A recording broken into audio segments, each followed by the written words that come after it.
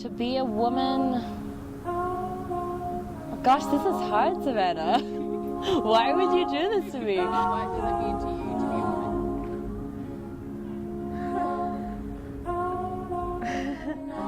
Oh my god, that's so hard. To be a woman. What does it mean to be a woman? Awesome.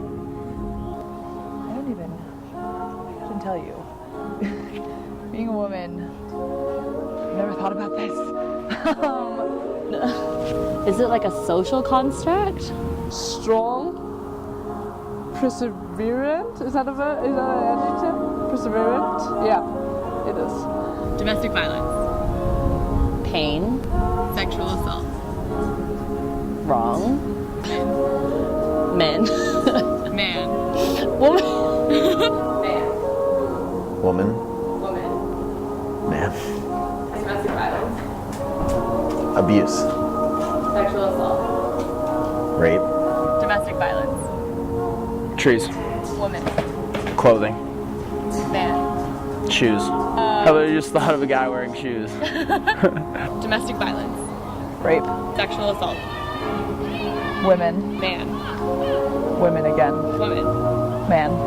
When someone gives you the imperative, be a man, it's about strength. And the way that we've traditionally understood that is you should be reticent and you shouldn't express any sort of emotion when you come up against adversity. But certainly in a situation like domestic violence, I think being a man would be the exact opposite of reticence in the face of adversity. I think it would be speaking up.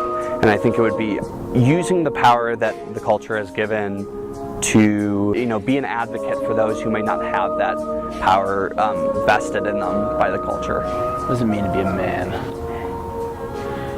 I don't know. I don't really think about it that way. I think more like what it means to be a person. Is it any different from being human? Is it just the right to be who you are regardless of gender? Yeah? Being a good person and taking care of the people around you. Down in the river to pray, studying about that good old way, and who shall wear the story crown? Good Lord, show me the way. The Clothesline Project is a national installation dedicated to raising awareness about the gender violence in local communities. It really creates a very powerful installation. It's just a really beautiful way that we can honor the experiences of survivors of violence on our campus. Students can write a story or a fragment of a story or just a statement on a t-shirt. Different colors of t-shirts correspond to different types of assault.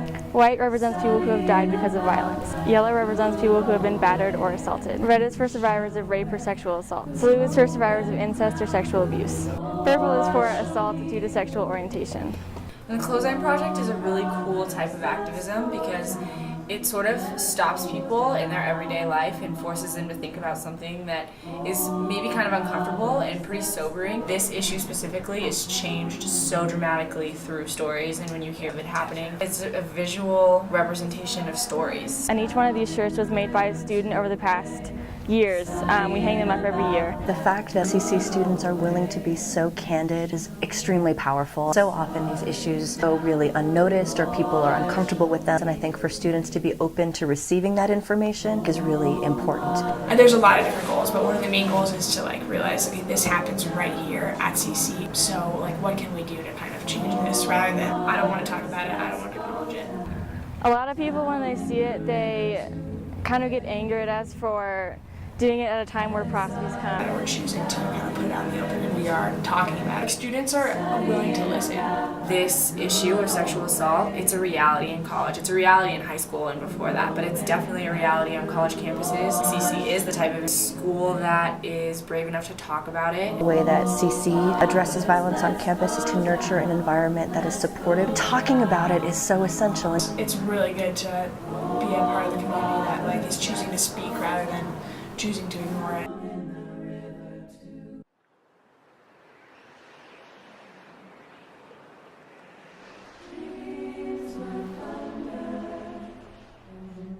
many staff members that are committed to talking about the importance of healthy relationships or inclusivity on our campus, but I think that it's really important that there be student voices. It's really students that are going to be changing the culture of our campus. I'm surrounded by so many positive and like intelligent minds that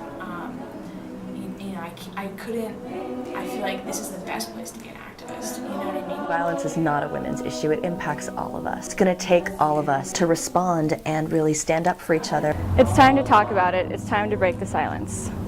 It's time to talk about it. It's time to break the silence.